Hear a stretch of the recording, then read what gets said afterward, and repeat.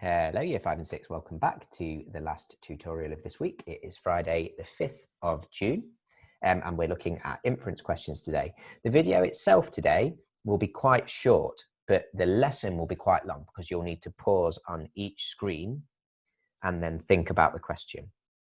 So make sure that you are pausing on each screen and reading the whole text carefully to be able to answer these inference questions. What I'll also be doing is I will be saying on each question how many marks that question would be worth if this were in a reading paper. And you need to remember, if it's worth 2 or 3 marks, you need to give your opinion and 1 piece of evidence from the text. If it's worth 4 or 5 marks, you need to give 2 opinions at least that are both supported with something from the text. And the support from the text should really include pretty much an exact quote from the text where you can get it. So that's your challenge today, to really try and make sure you're getting that in. Okay, so first thing I'd like you to do, and as I said, this video will be quite short, but the actual lesson will be quite long. So I'd like you to read through these 2 pages here, and I'd like you to have that question in mind as you're reading them. So pause the video, read through page 24 and 25, and whilst you're reading through it, I want you to have in your head what phrase tells the reader that Cameron is tired of seeing his parents repeatedly argue. This would be a 1 mark question because it's only asking you for the phrase. You'd need to find the phrase in the text and then quote that verbatim, which means quote it exactly. Okay, so pause the video, read through, and then try and find that phrase for me.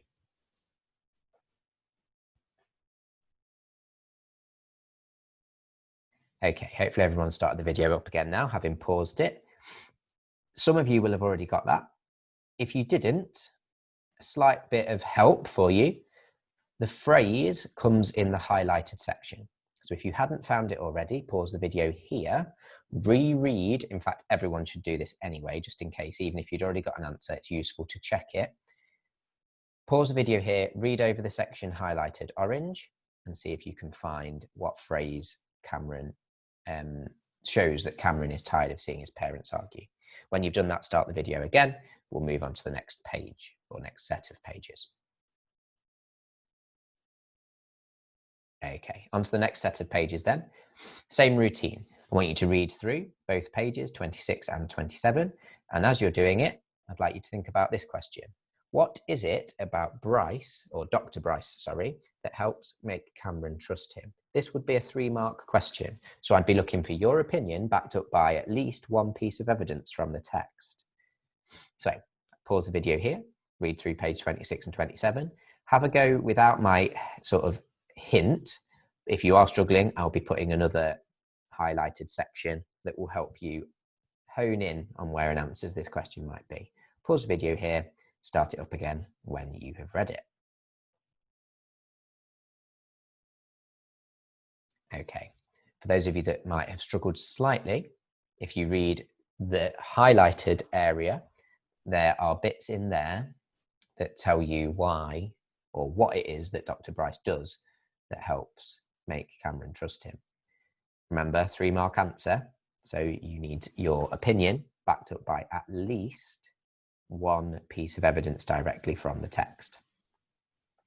When you've got that and you've written it down, you can start up the video again and we'll move on to the next 2 pages.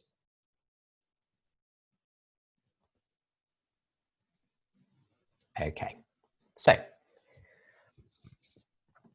this time, read the 2 pages and think about,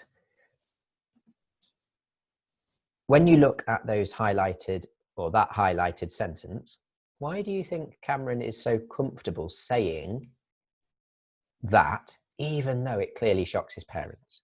So this would be a 3 mark question. I've highlighted the sentence, but I've not highlighted the areas that help you with maybe why Cameron is so comfortable saying it. So read over page 28 and 29, but think about everything we've read so far. Why is Cameron so comfortable saying that when it clearly shocks his parents? Have a read through, write down your answer. When you've done all that, restart the video so that we can move on to the next bit.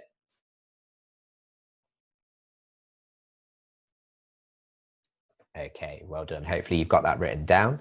Do write down either the number of the questions, this would be question 3, or write out the question so that when we get your answers, when you send them through to your teachers and me, we'll be able to see what you've written and know whether or not, how we can help you with your answers. Okay, page 30 and 31 and question 4. This one would be sort of probably a 4-mark answer because he wants 2 reasons why Cameron is so frustrated.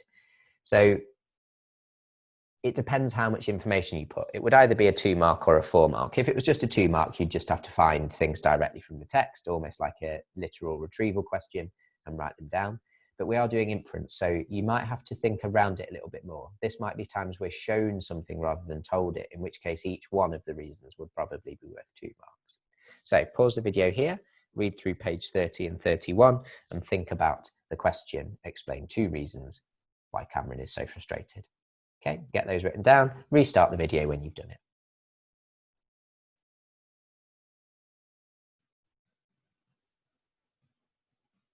Fantastic. Okay, and finally, short bit then, but lots to answer, and you might need to go back through the video and pause it on the screens for this. This would be a sort of, I'd say at least a 3-mark question, probably.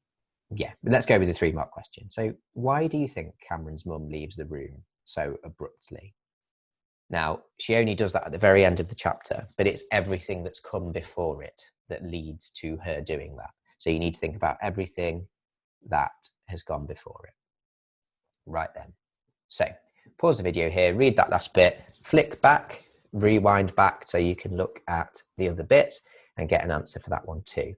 When you've got all that, make sure they're all written down, send them in to me or to your teachers, and I will speak to you next Monday. We've done our first week. Well done. Fantastic work, everybody. I'll speak to you on Monday. But for now, goodbye.